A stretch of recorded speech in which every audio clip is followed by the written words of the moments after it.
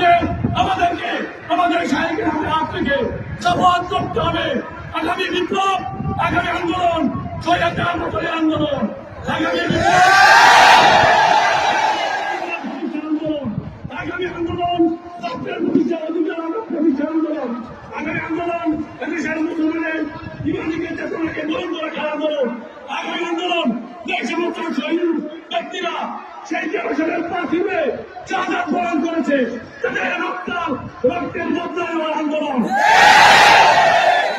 আমাদেরকে শুধু নির্বিধি থাকতে চলবে না, আমাদের শাহীদের তরফ থেকে, আমাদের আমিরের তরফ থেকে যখন যে ঘোষণা আসবে, যে অর্ডার আসবে, সেই অর্ডারকে পালন করার জন্য জীবন দিতে হয় জীবন দিব, রক্ত দিতে হয় রক্ত দিব, সব কিছু বিলীন করবো ইনশাল্লাহ। আমরা কি সবাই রাজি আছি কিনা? সবাই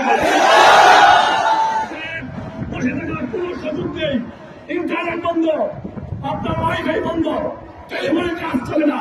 বাংলাদেশ বর্তমান সরকার কোন হত্যা চালাচ্ছে যাতে দেশের মানুষ কোন হত্যার খবর জানতে না পারে, দেখায় কি হচ্ছে সেই খবর জানতে না পারে, গুম হচ্ছে সেই খবর জানতে না পারে, অপহরণ হচ্ছে অপহরণ খবর দেশের মানুষ না জানে, বিশ্ব মিডিয়া যদি না জানে, বিশ্ব বিভাগকে অন্ধকারে রেখে, এই জাতিকে অন্ধকারে রেখে গণহত্যা চালিয়ে এই স্বৈরাচার, এই খুনি সরকার ক্ষমতায় থাকতে চায়।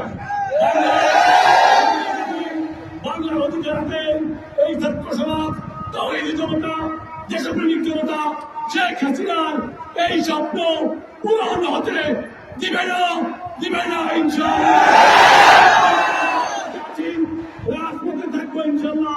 জীবনের চাক বন্ধ দিয়ে হলো আল্লাহ তাআলা আমাদের সবাইকে আমাদের আমিরের নির্দেশে সকল কর্মসূচি সফল করার জন্য আল্লাহ তাআলা আমাদের তৌফিক দান করুন। আপনারা সবাই বলেন ইনশাআল্লাহ।